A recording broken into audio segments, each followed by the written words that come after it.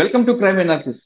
గతంలో ప్రతిపక్ష నాయకులు ఫోన్లు ట్యాపింగ్ చేసిన అధికారులపై ఇప్పుడు కాంగ్రెస్ ప్రభుత్వం కొరడా జులిపించింది.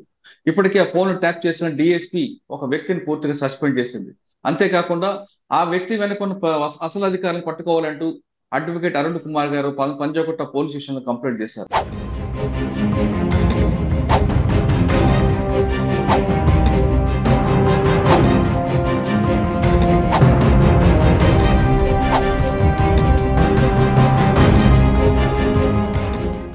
అదే అంశంపై ఈ రోజు అనాలిసిస్. అసలు ఫోన్లు ట్యాప్ చేయడం అనేది ఎవరి తరం అవుతుంది, ఎవరి ఫోన్లైనా ట్యాప్ చేయొచ్చా, ఒకవేళ ట్యాప్ చేయాలంటే నిబంధనలు ఏం చెబుతున్నాయి అనే అంశంపై మనతో మాట్లాడడానికి మాజీ పోలీస్ అధికారి డాక్టర్ సర్వేశ్వర రెడ్డి గారితో పాటు ఈ కేసులో కంప్లైంట్ ఇచ్చిన హైకోర్టు అడ్వకేట్ అరుణ్ కుమార్ గారు కూడా ఉన్నారు. ప్రస్తుతం సర్వేశ్వర రెడ్డి గారిని అడిగి ఒక వ్యక్తి ఫోన్ ట్యాప్ చేయాలంటే ట్రాయ్ నిబంధనలు ఏం చెప్తున్నాయి, అనుమతి లేకుండా నిబంధనలకు వ్యతిరేకంగా ఫోన్ ట్యాప్ చేస్తే ఏ సెక్షన్ గా కేసు నమోదవుతాయి విషయాన్ని సర్వేశ్వర రెడ్డి గారిని తెలుసుకుందాం. సార్ నమస్తే అండి. నమస్తే నమస్తే మురళి గారు. సార్, ఒక వ్యక్తిని ట్రాప్ చేయాలంటే, ఒక వ్యక్తి ఫోన్ ట్రాప్ చేయాలంటే సాధారణంగా అతను దేశద్రోహి అని అయి ఉండాలి, లేదా మోస్ట్ వాంటెడ్ అని అయి ఉండాలి, లేదా మీరు గతంలో పనిచేసినప్పుడు కొంతమంది మావోయిస్టులకు సంబంధించిన వాళ్ళని చూడాలి. అంటే కాన్స్పిరసీ ఎక్కడ ఉందని చూస్తే వాళ్ళు మాత్రమే చేసేవారు. పర్టికులర్ గా దేశద్రోహానికి సంబంధించిన అన్లాఫుల్ యాక్ట్ ఉన్న వాళ్ళకి మాత్రమే చేసేవారు. కానీ క్రమేపీ అది కొంతమంది మోస్ట్ వాంటెడ్ కానీ హ్యాబిచువల్ అఫెండర్స్ వాళ్ళ మూవ్మెంట్ తెలుసుకోవడానికి కూడా చేసేవారు. అది క్రమేపీ ఏమైందంటే ప్రభుత్వంలో ఉన్న అధికారులు వాళ్ళ యొక్క మెప్పు పొందడానికి ప్రతిపక్ష నాయకులు ఫోన్ ట్యాప్ చేయడం తెచ్చారు. కానీ క్రమేపీ అది వికృతంగా మారిపోయి ఎవరి ఫోన్ ట్రాప్ చేసే అధికారికి వచ్చింది. ఇప్పుడు గతంలో టిఆర్ఎస్ ప్రభుత్వం అప్పుడులో ఉన్న ప్రతిపక్ష నాయకులు ఫోన్ ట్రాప్ చేసిందంటూ కాంగ్రెస్ గవర్నమెంట్ డిఎస్పీ ప్రణీత్ అనే ఎస్ఐబిలో పంచిన వ్యక్తిని సస్పెండ్ చేసింది. అసలు నిబంధనలు ఏం చెప్తున్నాండి, ఎవరి ఫోన్ అయినా ట్యాప్ చేయొచ్చా? Murali, good morning to Arun Kumar గారికి, మీకు అందరికి గుడ్ మార్నింగ్. అయితే మురళి, ఎవరి ఫోన్ పడితే వాళ్ళ ఫోన్ ట్యాప్ చేయడానికి లేదు. It's illegal, unconstitutional. Private telephone ఇప్పుడు 1890లో ఫస్ట్ అమెరికాలో స్టార్ట్ అయింది ఇది టెలిఫోన్ ట్యాపింగ్ అనేది. సబ్సిక్వెంట్గా మళ్ళీ పర్ల్ హార్బర్ అని సెకండ్ వరల్డ్ వార్ అప్పుడు 1945లో టెలిఫోన్ ట్యాప్ చేసి హార్బర్ అటాక్ చేసింది జపాన్ వాళ్ళు. పరిణామం వల్ల ఇంకా వస్తూ వచ్చింది, ఇండియా వరకు వచ్చింది, మనతో కూడా వచ్చింది. ఇప్పుడు ఏంటి అంటే Murali, telephone tapping central government ఒకటి చేస్తుంది, స్టేట్ గవర్నమెంట్ చేస్తుంది. అది ఎవరు మీరు చెప్పారు ఇంతకుముందు, రైట్గా చెప్పారు. అనేది డిఎస్పీ గారిని సస్పెండ్ చేసిండ్రు. DSP is the only initiative authority, అంతే తప్ప ఫార్వర్డింగ్ అథారిటీస్ ఉంటాయి కదా. డిఎస్పీ తర్వాత additional SP, SP, DIG, IG, DG. SIB is directly under control of DG. సీఎంకు డీజీకి తెలియకుండా ఈ ప్రతిపక్ష నాయకుల ఫోన్లు ట్యాప్ కావు. Fact and clear. ఆ డిఎస్పీకి అంత ధైర్యం ఉండదు, చేయలేరు కూడా. ఎందుకంటే చాలా సీరియస్ అఫెన్స్. అఫెన్స్ లో పనిష్మెంట్ తక్కువ ఉంది. కానీ ఈ అఫెన్స్ గురించి కాకుండా సాధారణంగా ఒక వ్యక్తి ఫోన్ ట్యాప్ చేయాలంటే ఏ విధంగా మనం చేయాలంటే ట్రాయ్ అనుమతి తీసుకోవాలా, లేదు అతనిపైన కేసుల గురించి సెంట్రల్ గవర్నమెంట్ పంపించి తీసుకోవాలా? ఇప్పుడు అలారమింగ్ క్రైమ్ అయినప్పుడు కానీ, లేకుంటే లా అండ్ ఆర్డర్ డిజార్డర్ అయినప్పుడు కానీ, లేకపోతే కమ్యూనల్ వైలెన్స్ వచ్చినప్పుడు కానీ, ఇలాంటి సర్కమ్స్టెన్స్లో ఆ పర్మిషన్ ఆయన దాంట్లో కూడా పర్మిషన్ తీసుకోవాలి. Home secretary is they competent to give the permission. అందుకొరకు ఆ పర్మిషన్ తీసుకోకుండా ఏం చేసినా illegal, liable to prosecute. Indian telegraph act section 5 class 2 కింద పనిష్మెంట్ ఉంటుంది, 3 సంవత్సరాలు జైలు ఉంటుంది.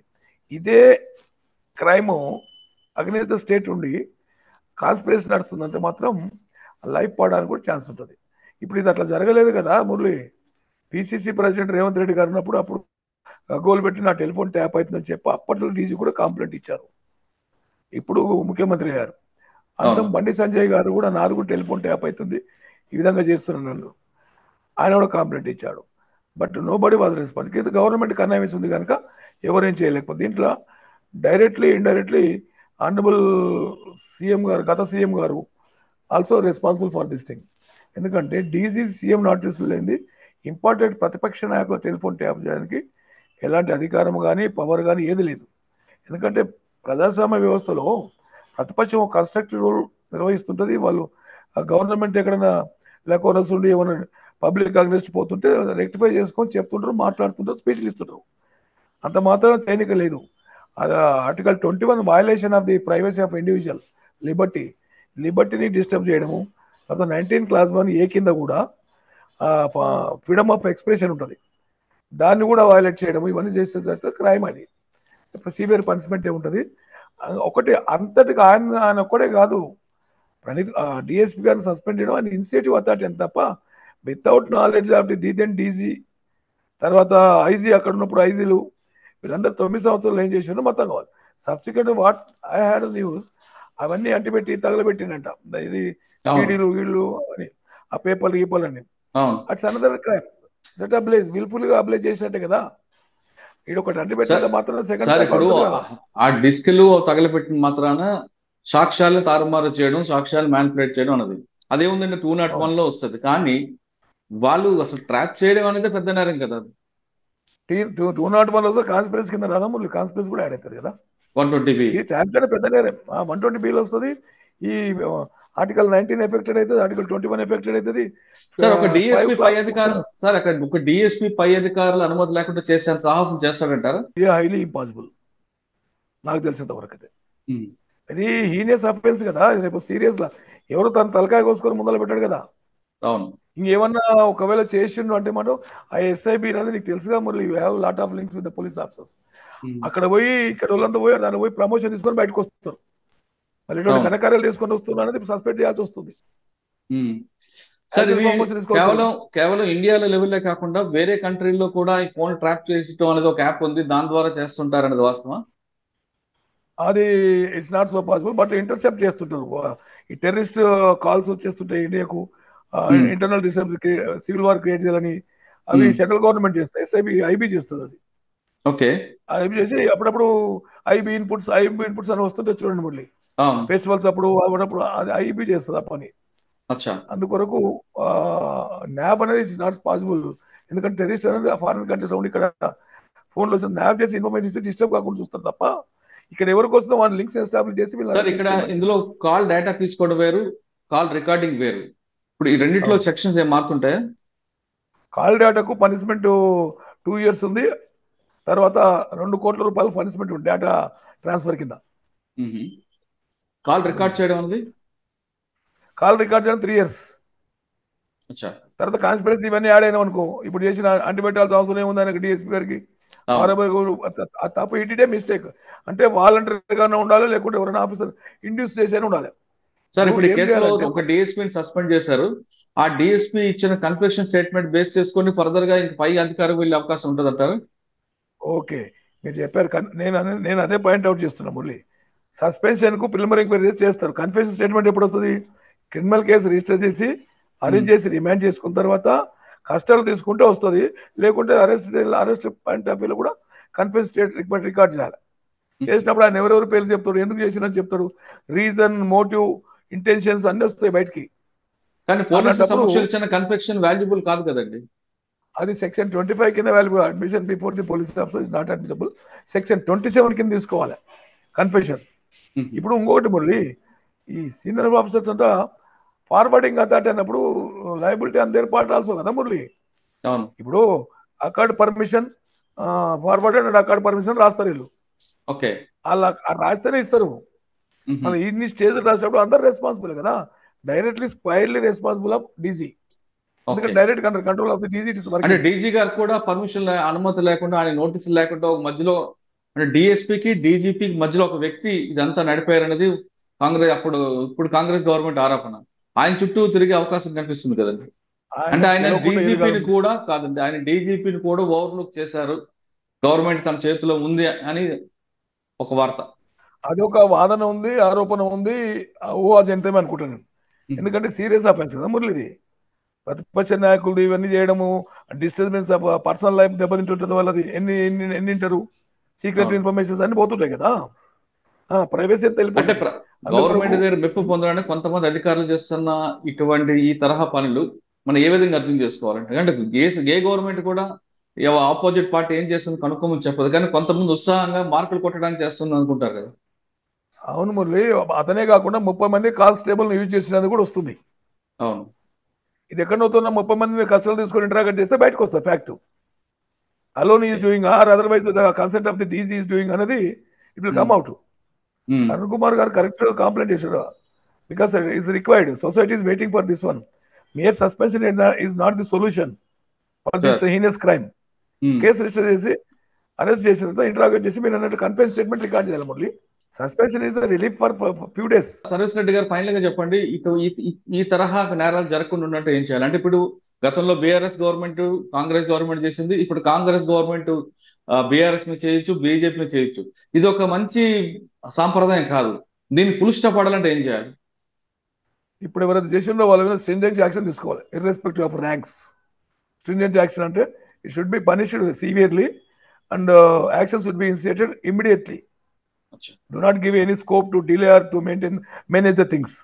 That's what what is my opinion. Okay, ఈ తరహా నేరాలు ఇకపై జరగకుండా ఈ సాంప్రదాయం పులిష్టపడాలంటే గతంలో చేసిన నేరాలు ఈ తరహా నేరం చేసిన వ్యక్తి మీద కఠినంగా చర్యలు తీసుకుంటే ఇకపై కూడా అటువంటి అధికారులు వాళ్ళకి ఒక మెసేజ్ పోతుంది కాబట్టి దీన్ని పులిస్టాప్ పడుతుంది అంటున్నారు సర్వేశ్వర రెడ్డి గారు. ఖచ్చితంగా ఈ సాంప్రదాయానికి పులిస్టాప్ పడాల్సిన అవసరం ఎంతైనా ఉంది. ఇప్పటి వరకు ఫోన్ ట్యాపింగ్ పై సర్వేశ్వర రెడ్డి గారు మాట్లాడాడు. తర్వాత అరుణ్ కుమార్ గారి అభిప్రాయం తెలుసుకుందాం. ఫోన్ ట్యాపింగ్ వ్యవహారంపై పంజాగుట్ట పోలీస్ స్టేషన్ లో ఫిర్యాదు చేసిన హైకోర్టు అడ్వకేట్ అరుణ్ కుమార్ గారు ప్రస్తుతం మనతో ఉన్నారు. ఆయన అడిగి ఎందుకు కంప్లైంట్ చేయాల్సి వచ్చింది, ఏ సెక్షన్ల మీద కేసు నమోదు అవుతుంది, ఒకవేళ ఈ కేసు కానీ నమోదై తర్వాత ఇన్వెస్టిగేషన్ లో కానీ ప్రూవ్ అయితే ఎన్ని సంవత్సరాల జైలు శిక్ష పడుతుంది విషయాన్ని అరుణ్ కుమార్ గారు తెలుసుకున్నాం. సార్ నమస్తే అండి. నమస్తే అండి. సార్, ఎస్ఐబిలో డిఎస్పీ వ్యవహారం తీసుకుంటే అందులో ఇప్పటికే గవర్నమెంట్ ఆల్రెడీ సస్పెండ్ చేసింది డిఎస్పీ ప్రణీత్ రావుని. తర్వాత పోలీసులు ఇన్వెస్టిగేషన్ క్రిమినల్ దీంట్లో ప్రకారం వెళ్దాం సమయంలో మీరు పంజాగుట్ట పోలీస్ స్టేషన్ తలుపులు తట్టడం, ఈ కేసు నమోదు చేయాలంటే మీరు ఒక ఫిర్యాదు ఇచ్చారు. దాని సారాంశం ఏంటంటే సార్, అవతల వాళ్ళు ఏమి వినాలి అనుకుంటున్నారు అనే దాని మీద ఒక మూవీ వచ్చింది, మన్మధుడు సినిమాలో నాగార్జున గారి పాత్ర గురించి మనం అందరం చూసినాం.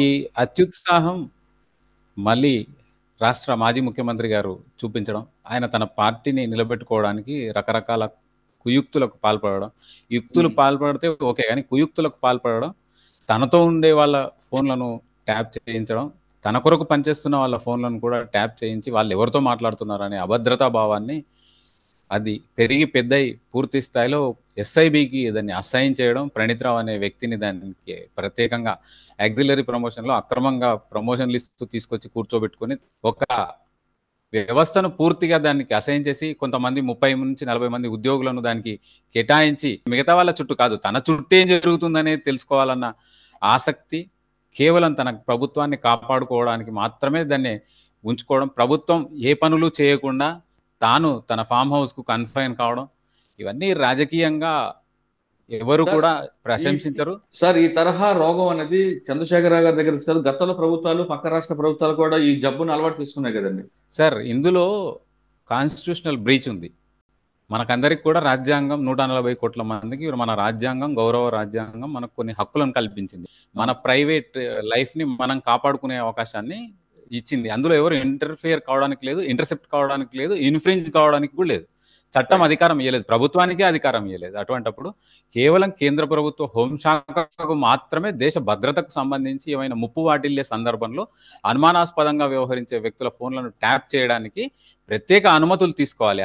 ఒక కాన్స్టిట్యూషనల్ హెడ్, కాన్స్టిట్యూషనల్ పోస్ట్లో కూర్చున్న వ్యక్తి రాష్ట్ర ముఖ్యమంత్రి అయినా సరే దాని రాజ్యాంగాన్ని కించపరచకూడదు, అవమానించకూడదు. మనం ఒక సందర్భంలో చూసినాం, ఆయన రాజ్యాంగాన్నే మారుద్దామన్నాడు. అంటే తనకు తెలుసు రాజ్యాంగ విరుద్ధమైన పనులు తాను చేస్తున్నానన్న విషయం ఆయనకు తెలిసిపోయింది. కాబట్టి భవిష్యత్తులో ఎట్లాంటి ప్రమాదం రాకుండా ఉండడానికి ఆయన ఒక పిలుపు ఇవ్వడం జరిగింది, రాజ్యాంగాన్నే మార్చాలి అని చెప్పాడు. అంటే రాజ్యాంగాన్ని మార్చడం అంటే ఎంత హాస్యాస్పదం. అది మారుతుండేదాన్నే రాజ్యాంగం అంటారు. మార్పులకు అనుగుణంగా, అవసరాలకు అనుగుణంగా మార్చుకునేదే రాజ్యాంగం. కానీ తన అవసరాలకు అనుగుణంగా మార్చాలనుకున్న కుయుక్తులను ఇప్పుడు రాష్ట్ర ప్రజలు అర్థం చేసుకుంటారని నేనైతే అనుకుంటున్నాను. మాకు ఎప్పుడో మాకు భ్రమలన్నీ తొలగిపోయినాయి. అడ్వకేట్ జనరల్ ఆఫీస్లో జాయిన్ అయిన తొలి రోజు సాయంత్రమే మాకు ఆ భ్రమలన్నీ తొలగిపోయినాయి. ఈ ప్రభుత్వం ఏమీ చేయదు, కేవలం వాళ్ళ లబ్ధి కొరకు మాత్రమే పని చేయబోతుంది అన్న విషయం మాకు ఆ రోజే తెలుసు. కానీ చెప్పినా కూడా వినే అవకాశం ఎవరు పట్టించుకోలేదు.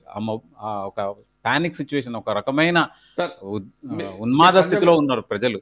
సార్, మీరు పంజాగుట్ట పోలీస్ స్టేషన్లో కేసు పెట్టారు, కంప్లైంట్ ఇచ్చారు. అయితే ఇందులో కేసీఆర్ గారి రోల్ ఉందా లేదా విషయం పక్కన పెడితే కొంతమంది అధికారులు కేసీఆర్ మెప్పు పొందడానికి ఈ తరహా నేరాలు చేసి ఉండొచ్చు కదా అని తెలియకుండానే. సార్ డెఫినెట్గా లబ్ధి ఎవరికి చేకూరుతుంది అనేది చూస్తారు. ఇప్పుడు ఒకరు అకౌంట్ నుంచి ఒక వ్యక్తి ఒక క్యాషియర్, ఒక బ్యాంక్లో క్యాషియర్ ఒక 100 కోట్ల రూపాయలను పాస్వర్డ్ తెలుసు కదా అని చెప్పి తన అకౌంట్లోకి కొట్టుకుంటే తప్పు అది. అదే ఇంకో వ్యక్తి అకౌంట్లోకి కొడితే తెలిసిన క్లియర్గా మనకు ఆ ట్రాన్సాక్షన్ కనిపిస్తుంది. 100 కోట్ల రూపాయల ట్రాన్సాక్షన్ మనకు కనిపిస్తుంది. ఆ అకౌంట్లో ఎవరి అకౌంట్లో ఉన్నది కూడా మనకు కనిపిస్తున్నప్పుడు ఆ 100 కోట్లను తిరిగి ఆ బాధితుడికి ఇప్పించాల్సిన బాధ్యత సిస్టమ్ది. అవును. అంతేగాని ఆయన 100 కోట్లు ఆయన అకౌంట్ ఉంది కాబట్టి ఆయనకు 100 కోట్లు వచ్చినాయి, ఆయన వదిలేద్దాం, ఈ ఆఫీసర్ను శిక్షిద్దాం, నష్టపోయిన వారిని కూడా వదిలేద్దాం అని అంటే అది ఎంతవరకు భావ్యం? ఖచ్చితంగా ఫోన్ ట్యాపింగ్ల వల్ల లభ్యత చేకూరింది బీఆర్ఎస్ టీఆర్ఎస్ పార్టీకి, పార్టీ అధ్యక్షుడికి. తద్వారా ఆయన గవర్నమెంట్ నడుపుకున్న దాని కంటే కూడా శత్రువులపై ఏ విధంగా, తనకు నచ్చని వాళ్ళపై ఏ విధంగా పైచేయి సాధించాలని ముందే వినడం. పైలట్ రోహిత్ రెడ్డి కేసులో మనకు అర్థమైపోయింది. బిఎల్ సంతోష్ గారి ఫోన్ కూడా ట్యాప్ చేసారు. అంటే రాష్ట్ర ఎల్లలు దాటి మరి ఫోన్ ట్యాప్ చేయడం జరిగింది. ఇవన్నీ కూడా మాట్లాడినారు. కేంద్రంలో ఉన్న వ్యక్తులు పైలట్ రోహిత్ రెడ్డితో మాట్లాడినరు, అక్కడ వచ్చిన స్వామీజీ మాట్లాడిండు. ఇవన్నీ కూడా వీళ్ళకి ఏ విధంగా తెలుస్తాయి? కేవలం అంజనం వేస్తే తప్ప దొరకనివి. హై అండ్ టెక్నాలజీని ఉపయోగించుకొని వాళ్ళ ఫోన్లను యూజ్ చేయడం ద్వారా, ఈ సిస్టమ్ ద్వారా వాళ్ళు ట్రాక్ చేయడం, ట్రేస్ చేయడం, రికార్డ్ చేయడం, దాన్ని స్టోర్ చేసుకోవడం, ఇవన్నీ కూడా రాజ్యాంగాన్ని అవమానించడమే. మీరు పైలట్ రోహిత్ రెడ్డి గారి కేసులో బిఎల్ సంతోష్ కి వాళ్ళు మాట్లాడే సంభాషణ విన్నారు అని మీరు చెప్తున్నారు. అదే విధంగా గతంలో ఓటుకు నోటు కేసులో రేవంత్ రెడ్డి గారిని అరెస్ట్ చేసినప్పుడు కూడా ఆ టాపిక్ కూడా వినే ఉండే అవకాశం ఉందంటారా? ఎగ్జాక్ట్ సార్, ఎగ్జాక్ట్లీ నేను చెప్పేది అదే. వీళ్ళకి ఏ విధంగా తెలుస్తాయి? యాక్చువల్గా మొట్టమొదటి విక్టిమ్ ఈ ఫోన్ ట్యాపింగ్ లో ప్రస్తుత ముఖ్యమంత్రి రేవంత్ రెడ్డి గారే. ఆయనను ఏ విధంగా ట్రాప్ చేసారు బాహటంగా చెప్పిండు. కలుగులోకి దొంగలను మేము పట్టుకోబోతున్నామని చెప్పిండు. ఆపరేషన్ చేయకముందే ఏసీబీ రేవంత్ రెడ్డి గారిని స్టీఫెన్సన్ గారి ఇంట్లో అప్రహెండ్ చేయక ముందుకే బాహటంగా మీడియాలో ప్రకటించడం జరిగింది కేసీఆర్ గారు. అంటే there must be a procedure is going on అని వాళ్ళకు ముందే తెలుసు. ఆ టెక్నాలజీ ద్వారానే వాళ్ళని పట్టుకున్నారు. అంటే అప్పుడు ప్రశ్నించే వాళ్ళు లేరు. అడిగంది అమ్మాయిన పెట్టదన్నట్టు ఇప్పుడు చట్టాన్ని అడగకపోతే లబ్ధి చేకూరింది ఎవరికి? ప్రభుత్వం పడిపోలేదు, అవినీతి నిరోధక శాఖకు ఈ కేసు సంబంధం లేదు అని అప్పట్లో జడ్జి గారు చంద్రబాబు నాయుడు గారిని క్వాష్ చేయడం జరిగింది. సుప్రీంకోర్టుకు పోయినా కూడా ఇంతవరకు అది ఓపెన్ కాలేదు.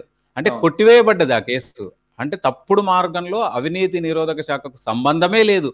అయినా సరే అవినీతి నిరోధక శాఖను ముందుకు పెట్టి ఇన్ని సంవత్సరాలుగా ఆ కేసును అట్లే ముందుకు తీసుకొస్తున్నారు. రేవంత్ రెడ్డి గారు ఏదో తప్పు చేసిండ్రు అనే విషయాన్ని ప్రజల ముందు పెట్టి ఒక అద్భుత కల్పనను క్రియేట్ చేశారు. తానే కరెక్ట్, మిగతా వాళ్ళంతా తప్పు అనే ఒక క్రియేషన్ ని క్రియేట్ చేసి రేవంత్ రెడ్డి గారిని విలన్గా చూపించే ప్రయత్నం జరిగింది అప్పట్లో.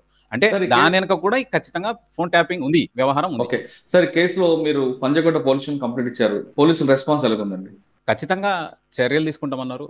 కాకపోతే అది వాస్తవంగా చెప్పాలంటే కింది స్థాయి పోలీసులు కాబట్టి వాళ్ళకుండే శశబిషలు, వాళ్ళకుండే భయాందోళనలు, గతంలో ముఖ్యమంత్రిగా వ్యవహరించిన వ్యక్తి మీద ఫిర్యాదు వచ్చే వరకు ఖచ్చితంగా శశబిషలకు పోతారు. న్యాయ సలహాలు వాళ్ళు తీసుకుంటారు. గతంలో ఒక హైకోర్టులో పనిచేసిన అనుభవంతో నేను వారికి ఎక్స్ప్లెయిన్ చేయడం జరిగింది. సార్, మీరు ఇచ్చిన కంప్లైంట్ కంటెంట్ ప్రకారం ఏ సెక్షన్స్ ఇంప్లిమెంట్ అయ్యే అవకాశం ఉంటుంది? సార్, దేశద్రోహం వస్తుంది ఇది 124A. ఓకే, ఇంకా అదే కాకుండా ఇప్పుడు కేంద్ర ప్రభుత్వం ఏజెన్సీలు కూడా దీన్ని టేకప్ చేయొచ్చు. క్రాక్ చేయాలి ఈ కేసుని, టేక్ ఓవర్ చేసి రీసెర్చ్ అండ్ అనాలిసిస్ వింగ్ ఉంది కేంద్ర ప్రభుత్వంలో ఆధ్వర్యంలో పనిచేసే కూడా ఈ కేసును చేపట్టవచ్చు. ఎందుకంటే ఇక్కడ తీసుకున్న ఇన్ఫర్మేషన్ ఖండాంతరాలు దాటిందా, దేశాలను దాటిందా, ఆ ఇన్ఫర్మేషన్ దేని కొరకు ఉపయోగించరు, ఎవరి కొరకు ఉపయోగించరు అంటే నాకున్న ఇన్ఫర్మేషన్ ప్రకారం కేంద్ర ప్రభుత్వంలో ఉన్న క్యాబినెట్ మినిస్టర్ల ఫోన్లు కూడా ట్యాప్ అయినాయి. అంటే క్యాబినెట్ మినిస్టర్ల ఫోన్లు ట్యాప్ అయితే కొనుక్కోవడానికి సిద్ధంగా ఉండేది సరిహద్దు దేశాలు, బయట దేశాలు. ఇందులో నేను భయాందోళన వ్యక్తం చేయడానికి కారణం ఏంటంటే ఇది చాలా చిన్న కేసు అని చెప్పి అందరూ అనుకుంటున్నారు. ఏదో ఫోన్లు ట్యాప్ చేస్తున్నారు అని అనుకుంటున్నారు. కుటుంబ సభ్యుల ఫోన్లు కూడా ట్యాప్ చేసినారు అనే మాటలు వస్తున్నాయి. సొంత భార్యల ఫోన్లను కూడా ట్యాప్ చేయించుకున్నారు అని చెప్పి తెలుస్తుంది. ఇంత నీచమైన చర్యలకు వీళ్ళు పాల్పడ్డప్పుడు ఈ దేశానికి కూడా వీళ్ళు ఏదో కొమ్ము కాస్తారు, దేశం కొరకు పనిచేస్తారు అన్న భ్రమలు అయితే లేవు. రాష్ట్రం కొరకే పనిచేయలేదు. 1,00,000 కోట్ల రూపాయల కాళేశ్వరం ప్రాజెక్ట్ని ఏ విధంగా డిజైన్ చేసినారు, ఇంజనీర్లను పక్కకు పెట్టి చేయితో ఆయన డిజైన్ లేయడం, దాన్ని అది ఎందుకు పనికి రాకుండా పోవడం, ప్రభుత్వం మారకముందే దాంట్లోంచి నీళ్లు తోడి పక్కకు పోయడం అవన్నీ చూసినాం మనం. సార్ మీరు ఆ కేసులో దేశద్రోహం అన్న అన్లాఫుల్ యాక్ట్ వస్తుంది. ఒకవేళ అన్లాఫుల్ యాక్ట్ కానీ ఇన్వెస్టిగేషన్ లో ప్రూవ్ అయితే ఎన్ని సంవత్సరాలు జైలు శిక్ష పడొచ్చండి? Life imprisonment, forgery, fabrication, cheating ఇవన్నీ కూడా బ్రీచ్ ఆఫ్ కాన్స్టిట్యూషన్, ఇవన్నీ చాలా పెద్ద సెక్షన్లు. అంటే లోతుగా అధ్యయనం చేస్తే తప్ప ఈ కేసు అర్థమయ్యే అవకాశం లేదు. ఎందుకంటే constitutional right each and every, అంటే ఎన్ని లక్షల మంది ప్రాథమిక హక్కు, రాజ్యాంగం కల్పించిన హక్కును తుంగలో దొక్కి బ్రీచ్ చేసి ఈ కేసులన్నింటిని వీటన్నిటిని కూడా వినాలి, రికార్డ్ చేసుకోవాలి, హార్డ్ డిస్క్లలో పెట్టాలి అని చెప్పి దాచిపెట్టుకున్న వైనం ఇది ఖచ్చితంగా forgery, fabrication, cheating, amounts to breach of Indian security also. దేశ సార్వభౌమాధికారాన్ని కూడా దెబ్బ కొట్టే విధమైన చర్యలు ఇవి. అంటే కేంద్ర హోంశాఖను లెక్క చేయకపోతే, ఒక రాష్ట్ర ప్రభుత్వం కేంద్ర హోంశాఖనే లెక్క చేయనప్పుడు వీళ్ళకి ఏ విధమైన అధికారాలు ఉంటాయి? రాజ్యాంగాన్ని కించపరిచినట్టు, ఉల్లంఘించినట్టు, అబ్యూజ్ చేసినట్టు ఖచ్చితంగా అవుతుంది. కాబట్టి ఇది చాలా serious offence. Election commission of India కూడా యాక్షన్ తీసుకుని సుమోటోగా కేసు వీళ్ళకు పర్మిషన్ రద్దు చేయాలి, పార్టీ పర్మిషన్ ఖచ్చితంగా రద్దు చేయాలి, శిక్షలు పడేట్టు వాళ్ళకున్న ఇన్ఫర్మేషన్ మిగతా ఏజెన్సీలతో పంచుకునే వాళ్ళని చెప్పి నేనైతే రిక్వెస్ట్ చేస్తాను. సార్ అందులో మీరు చెప్తున్నట్లుగా అన్లాఫుల్ యాక్ట్ తో పాటు ఈ ఎవిడెన్స్ అంతా కూడా వాళ్ళు పూర్తిగా డిస్ట్రాయ్ చేశారు. సీసీ కెమెరా ధ్వంసం చేయడం కానీ, హార్డ్ డిస్క్ ధ్వంసం చేయడం, అది కూడా యాడ్ అవుతుంది ఇందులో. 201 డెఫినెట్ గా డిస్ట్రాయ్, 201 స్క్రీనింగ్ ఆఫ్ ఎవిడెన్స్. అంతేకాకుండా రిట్రీవ్ చేస్తారు. వీళ్ళకున్న హైఎండ్ టెక్నాలజీతో వాళ్ళు ఏ విధంగా చేసినారో ఇప్పుడు ఉన్న ఈ కేసును ఛేదించాలంటే రిట్రీవ్ చేసుకునే అవకాశాలు ఉంటాయి. ఆ ఫోన్లలో ఎవరైతే లబ్ధిదారులు ఉన్నారో, ఎవరైతే ఈ అధికారికి ఇన్స్ట్రక్షన్స్ ఇచ్చిండ్రో పలానా ఫోన్ ట్యాప్ చేయమని, ఈ అధికారి ఎవరికైతే రిటర్న్ గా ఈ మెసేజ్లు పంపించిండో ఆ ఫోన్లన్నింటినీ సీజ్ చేసి రిట్రీవ్ చేస్తే ఖచ్చితంగా తెలిసిపోతుంది ఎవరెవరి ఫోన్లకు ఎవరెవరి ఇన్ఫర్మేషన్ వచ్చింది, ఎప్పుడెప్పుడు ఇన్ఫర్మేషన్ వచ్చింది, ఎందుకు వచ్చింది, దాని తద్వారా జరిగిన కార్యక్రమాలు ఏవి. ఈ తప్పుడు కేసులన్నీ కూడా పైలట్ రోహిత్ రెడ్డి ఇనిషియేట్ చేసిన కేసులన్నింటినీ కూడా ఖచ్చితంగా కొట్టేయాల్సిన సందర్భం. ఎందుకంటే బ్రీచ్ ఆఫ్ కాన్స్టిట్యూషన్ ఇందులో ఉంది కాబట్టి, తప్పుడు పద్ధతుల్లో చేసిన కేసులు కాబట్టి cannot be entertained at all anymore. Sir final గా చెప్పండి, ఈ తరహా నేరం అనేది ఏ గవర్నమెంట్ అధికారులు ఉంటే ఆ గవర్నమెంట్ ప్రతిపక్షాల ఫోన్ ట్రాప్ చేయడం అనేది ఇంతకన్నా దరిద్రమైన పని. ఇప్పటికైనా ఫుల్ స్టాప్ పడాలంటే ఏం చేయాలి? డెఫినెట్ గా యాక్షన్ తీసుకోవాలి, అరెస్టులు చేయాలి. అరెస్టులు చేస్తే తప్ప ఇందులో ఒక పరిష్కారం అనేది లభించకపోవచ్చు. ఎందుకంటే పోలీస్ వ్యవస్థలు కానీ, గవర్నమెంట్ వ్యవస్థలు కానీ ఎవరినైనా ఇంటర్ఫియర్ చేయాలి, ఇన్వాల్వ్ చేయాలంటే చాలా కష్టం. 3 నుంచి 4 నెలల సమయం పడుతుంది. వాళ్ళను ఇవన్నీ క్రోడీకరించి స్థానిక మ్యాజిస్ట్రేట్ ముందో, కన్సర్న్ మ్యాజిస్ట్రేట్ ముందో పెట్టి పర్మిషన్లు తీసుకోవాల్సి వస్తుంది. పర్మిషన్లు తీసుకునేంత చిన్న కేసు కాదు ఇది, పెట్టి కేసు ఎంత మాత్రం కాదు. కాబట్టి దేశ భద్రతకు సంబంధించిన విషయం ఇందులో ఇన్వాల్వ్ అయి ఉన్నప్పుడు ఇమ్మీడియట్గా fourth with I'm asking DGP Telangana to act accordingly immediately, fourth with by to apprehend accused. ఎంబడే అక్యూజ్డ్ను అరెస్ట్ చేస్తే తప్ప ఇందులో లాభం చేకూరదు. దేశ భద్రత ఇన్వాల్వ్ అయి ఉంది. భవిష్యత్తులో ఎవరు కూడా ఇటువంటి నీచమైన చర్యలకు పాల్పడకుండా ఉండాలి అంటే ఖచ్చితంగా కఠినమైన చర్యలు ఇందులో ఉండాలి. సార్ ఈ కేసుని లోకల్ పోలీస్ కన్నా సిబిఐకి ఇస్తే ఏ విధంగా ఉంటుంది? Sir I'm having every hope on state police. State police చాలా అద్భుతంగా పనిచేస్తుంది, పని చేస్తుంది, భవిష్యత్తులో కూడా చేస్తుందనే నమ్మకం నాకుంది. సిబిఐ ఖండాంతరాలు దాటి దేశాంతరాలకు వెళ్ళినప్పుడు ఖచ్చితంగా సిబిఐ ఎంక్వైరీ అనేది కావాల్సిన అవసరం ఉంది. కానీ అంతవరకు ఆగకుండా సిబిఐకి ఇంట్రెస్ట్ చేసే లోపు అరెస్టులు జరిగితే బాగుంటుంది. ఎందుకంటే ఎవరైనా సరే తండ్రి తప్పు చేసినా, అన్న తప్పు చేసినా, నేను తప్పు చేసినా తప్పును ఖచ్చితంగా అనుభవించాల్సిందే, ఆ తప్పుకు శిక్షను అనుభవించాల్సిందే. కాబట్టి స్పేర్ చేయాల్సిన అవసరం లేదు. మాజీ ముఖ్యమంత్రి అని కూడా స్పేర్ చేయాల్సిన అవసరం లేదు. ఓకే, ప్రతిపక్ష నాయకులు ఫోన్ ట్యాప్ చేసిన ఏ అధికారైనా, ఎంత పవర్లో ఉన్న వ్యక్తి పైన ఖచ్చితంగా అరెస్ట్ చేస్తే ఈ నీచ పనికి పురుషులు పడుతుంది అంటున్నారు అరుణ్ కుమార్ గారు. పంజాగుట్ట పోలీస్ స్టేషన్ల కేసుని ఇమీడియట్ గా డీజీపీ లెవెల్లో దాన్ని మానిటరింగ్ చేస్తూ ఒక టీంని ఏర్పాటు చేసి అరెస్టులు కానీ స్టార్ట్ చేస్తే అసలు వ్యక్తులు బయటకు వస్తారనేది అరుణ్ కుమార్ గారు చెప్తున్నారు. ఇప్పుడు ఈ ప్రభుత్వం కాదు, ఏ ప్రభుత్వంలో సరే ఈ నీచమైన పనికి పుల్ స్టాప్ పడాలంటే ఖచ్చితంగా అరెస్టుల పరంపర స్టార్ట్ అవ్వాల్సిందే. ఇది ఫోన్ ట్యాపింగ్ పై అరుణ్ కుమార్ గారితో, సర్వేశ్వర రెడ్డి గారితో ఎక్స్క్లూజివ్ ఇంటర్వ్యూ. వచ్చే వారం మరో ఇష్యూలో మళ్ళీ కలుద్దాం. అంతవరకు నమస్తే. Thank you sir. Thank you Arun Kumar గారు.